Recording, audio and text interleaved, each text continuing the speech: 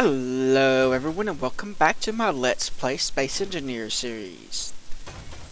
Today, lots of stuff. First, there's been a patch. And we have... where is it? The new merge block, which is quite nice. Allowing you to dock two ships together the same way you can in Kerbal Space Program, so that they become one big ship. It also allows you to convert from large ships to stations and vice versa. And that last part is something that I am very much looking forward to trying out. You could do that in S1E08 before, and I wasn't really expecting them to put that in the game. I was expecting the merge block because there is a post on the forums where people look into the game files and the model was already in there. They tend to put the models in the updates before they actually implement the blocks.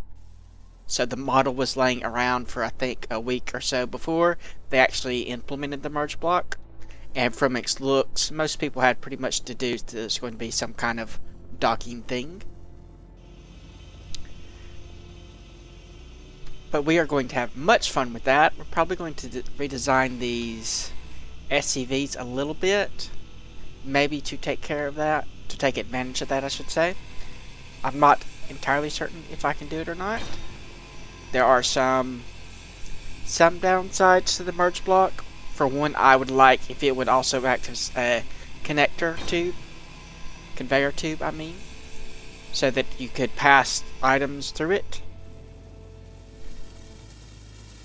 Mostly what we'll be working on today is we're going to come out here and work on our kind of refinery and assembler,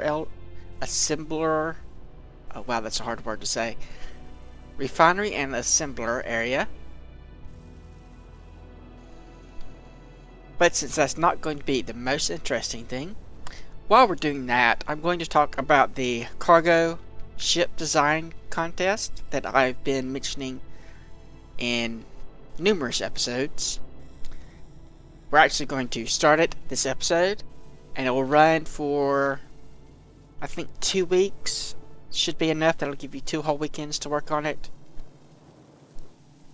And after that, depending on how many entries there are, what I'll do is I'll take all the designs that have been submitted and put them in one big creative or survival world where y'all can vote on them. And that's only if there are enough entries. If there aren't very many entries, then I'll just skip to the next step. And the next step will be to take the winners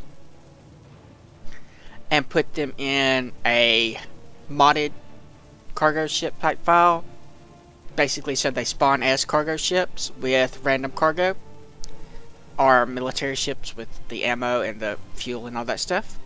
So I'll be doing that all myself so that you don't have to worry about it. You can just design your ship, submit it, and assuming that it wins, it will end up in a modded file that you can download and stick in your Space Engineers directory and have it there for you to play with. But let's talk about this part a little bit first, since I'm not going to be talking about it while I'm talking about the contest. So I'm going to leave, well, let's say down here it's kind of the output for or the exit for the asteroid. So we'll be coming out here. We'll have probably an offloading area right here, which I don't know if I'm going to get to this episode. Then here we're going to have one of the transformers that I built in my how to filter etc. items tutorial. After that, we'll have our refineries. They'll be outputted. Stuff will be outputted from them. Go to another like intermediate storage area. And then we'll have our assemblers.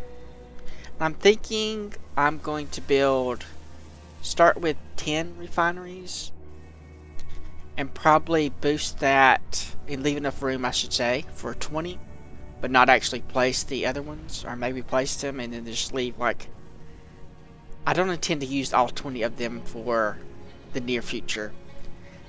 And immediately I'm probably only going to have 4, with the plans to build the next 6 in the near future.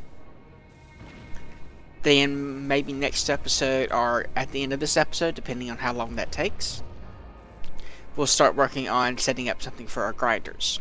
Also, you may have noticed, or you may not have noticed, it's possible you've noticed,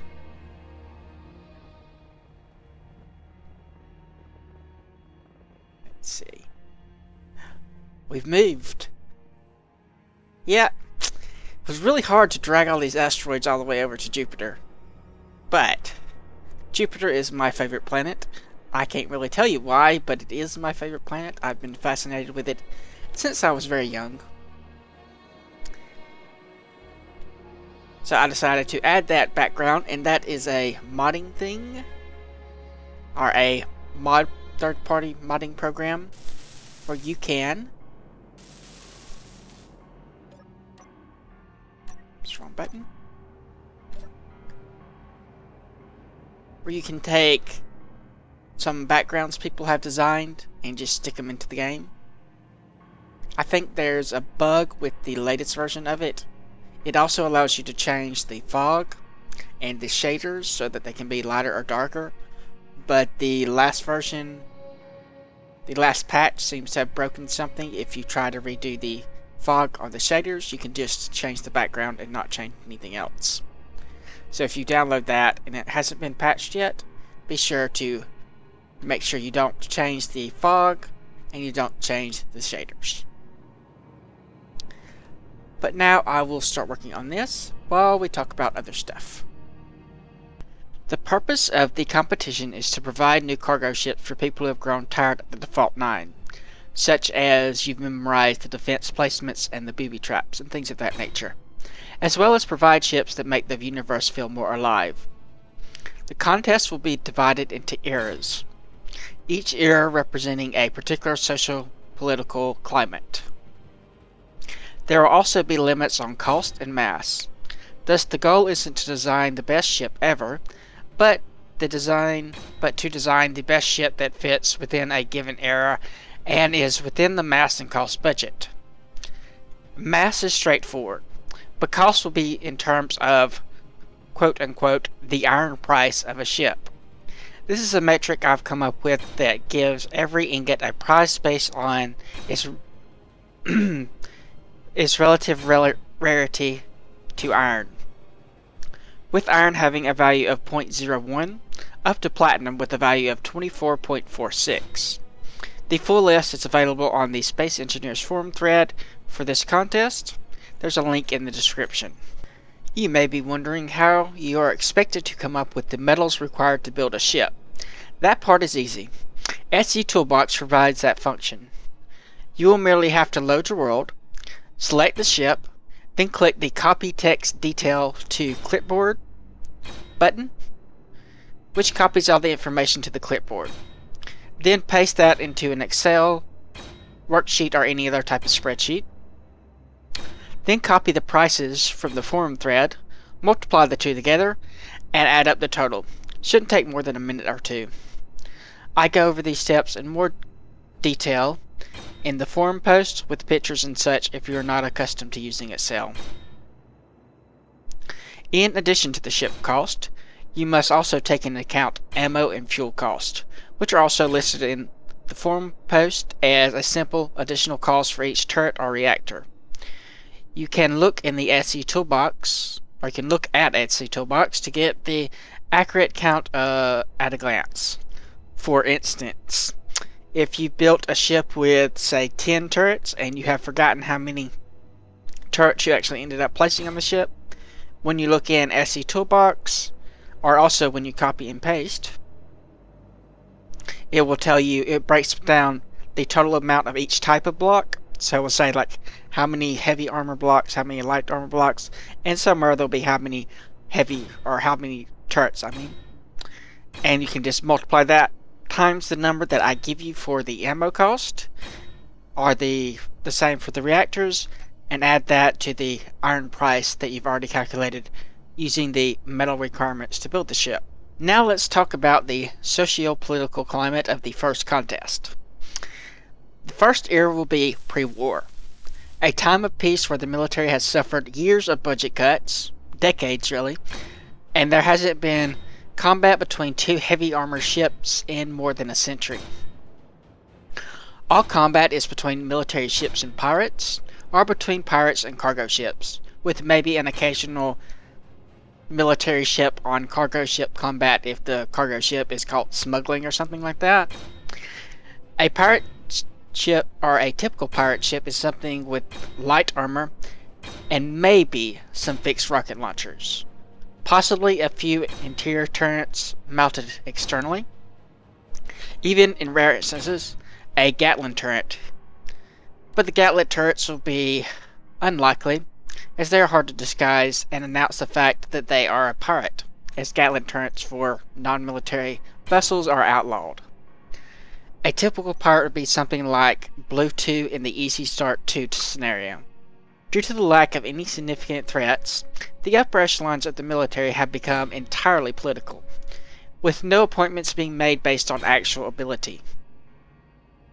Design and deployment decisions are based on politics and currying favor rather than function or need. The limited military budget gets squandered on greasing palms and outright graft. The designs produced are an appalling mix of often contradictory design requirements, where every ship tries to be a jack of all trades and ends up failing to do anything well. If you have ever seen the movie The Pentagon Wars about the design of the Bradley fighting vehicle, this is what I am looking for. If not, it is on YouTube and there's a link in the description. In this era, the area around my sector, the area these ships will be operating in, is near the edge of settled space. Nearby systems are lightly settled and poorly developed, with a few exceptions. Thus ships operate independently, military ships on anti-piracy patrols, and a few tramp freighters here and there. There are no convoys in this era. Many of the freighters have cargo that they neglected to list on their manifest. Thus, they do not want the military taking a keen interest in them or their destination or their cargo.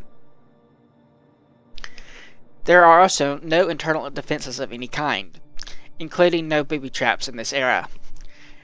Military ships simply have not needed them in living memory, and the only people boarding cargo ships are pirates, who are likely to take their displeasure out on any crew who scuttles their ship.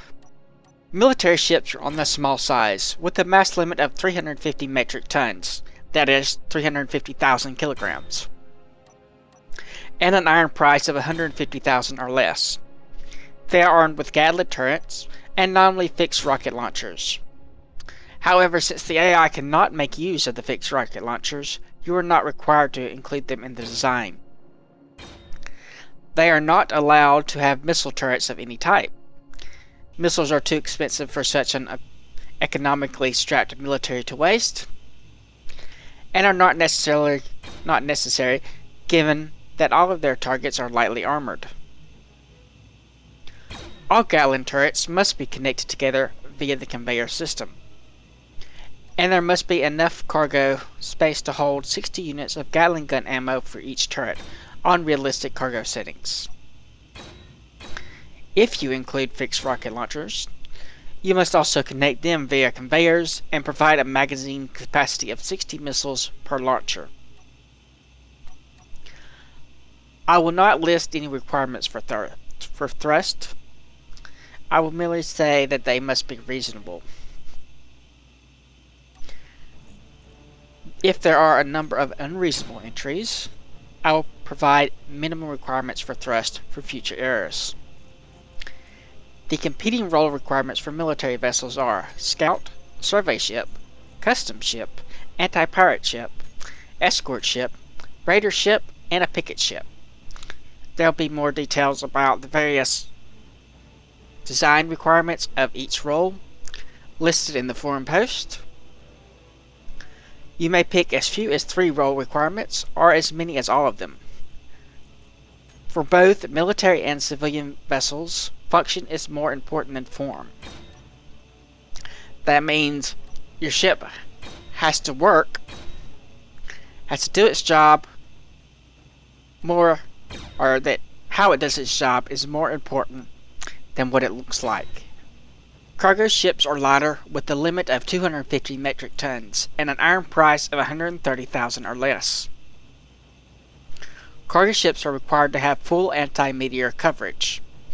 However, they can only mount interior turrets and only externally. Remember that neither type can have internal defenses. For the same reason the U.S. outlaws automatic weapons, cargo ship turrets are not permitted to be linked to any conveyors nor extra storage. Each turret will be loaded with 20 clips of ammo, whose cost you will need to take into account. The iron price of the ammo is listed on the forum post. There will be no bonuses for using solar panels, mostly because I cannot come up with a reasonable way to factor them in. The iron price cost for solar panels is way more than enough uranium to provide that amount of power for quite some time.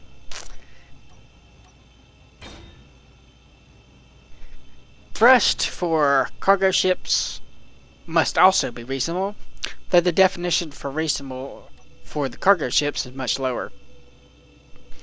All cargo containers must be connected via the conveyor system, and there must be connectors and collectors to automatically load and unload the cargo. As I mentioned earlier, some of the cargo ships do a bit of smuggling. If you wish, you can hide no more than one small cargo container somewhere in the ship, and the hidden container may be unconnected to the conveyors. If you do so, you must name the hidden container, quote unquote, hidden container, so that I can find it easily when I replace the cargo with the random cargo other cargo ships have. The design goal of cargo ships is to simply carry the most cargo for the least cost. Note that while you can use partially constructed blocks, the current version of SC Toolbox does not distinguish between the cost of partially constructed blocks or a fully constructed block, though I believe the developer is planning on changing this in the near future, and it might be changed before this contest runs or ends. If you wish to do so, if SE Edit is not yet updated or does not yet do so, you have to do this by hand, and be sure to note that you have done so when you post your ship. Both military and cargo ships must have a beacon, and it must be on. No vulgar names are permitted. Also, for both ships, gravity fields cannot exceed more than 4 large blocks, 10 meters, past the hull to prevent interfering with gravity or mass blocks of stations when docked. Neither type of ship can have any form of moving blocks or composite structure. Simply put, if it doesn't get copied over when you copy and paste it in creative mode, you may not include it in the design. Neither type of ships may have any weapons that require player interaction, such as gravity-based weapons or things of that nature. To submit your design, first copy your ship over into an empty world scenario, and then upload that to the Steam Workshop. While not required, it would be convenient if you go ahead and stock ammo and fuel with 10 fuel per small reactor and 20 fuel per large reactor.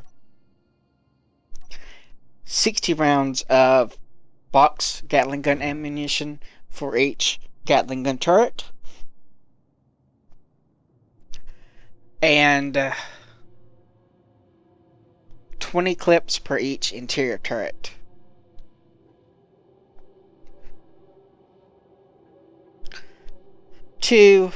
after you've uploaded it to the workshop, you can then post about it in the forum thread. Be sure to include the mass of the ship, the type, whether it's going to be a cargo ship or a military ship, the iron price of the ship, any extra information you might have, like say you use partially constructed blocks and you had to do that by hand, put that in there. The name of the ship also needs to be in there. If it's a cargo ship, you need to list the total amount of cargo. The cargo ships are going to be judged primarily on how much cargo they can carry versus the price of the ship, with some points going towards how maneuverable and stuff they are and how pretty they are. Though mostly it's going to be how much cargo space they have. What else? If you don't want to post it on the forum thread, you can also PM me. If you don't want to have like your Steam name on the forum or something, you can PM me the same information, type of ship, mass of ship, if it's a cargo ship, how much cargo space it has, only counting cargo containers, not like reactors and stuff, and the other stuff that I've already said. So that's the second way. I don't think it's particularly easy to message me about it on Steam itself. So just either stick to the forum post or private message me on the forums. Do not private message me on YouTube, because I do not read that, and it doesn't tell me when someone messages me. Also, if you wish, you can post a video response to this video if there's something special that you want to describe your ship for some reason, though it is of course not required. Finally, depending on how many entries there are, I will either combine all the entries into one big empty world scenario and then upload that file to the workshop and let y'all choose like the top, I don't know, 10 or something like that. Maybe the top 10 military ships and the top 10 cargo ships. Something along those lines. If there are fewer entries, then I will just combine all the quote-unquote good ones, or the best ones, into a single mod, which you can then just put in your Steam direct or your Space Engineers directory and have those ships appear in your game. I'm not sure how exactly I'm going to do the mod, or well, I'm thinking possibly I may want to live stream the mod if some people want to see like how it's done. But all in all, it's probably not going to take very long, so I may not do that. But it's possible I will at some point. It depends based on how many entries there are going to be, as well as if people say they want to see that, I can do that. Adding cargo ships is not that difficult, so it shouldn't take very long.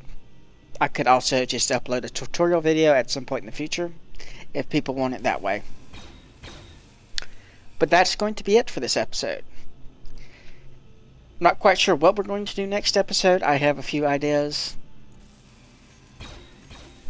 I do want to play with the merge block some, but I haven't quite decided. So, like if you like, subscribe if you're not, comment if you have anything to say. Thanks for watching, and I will see you next time.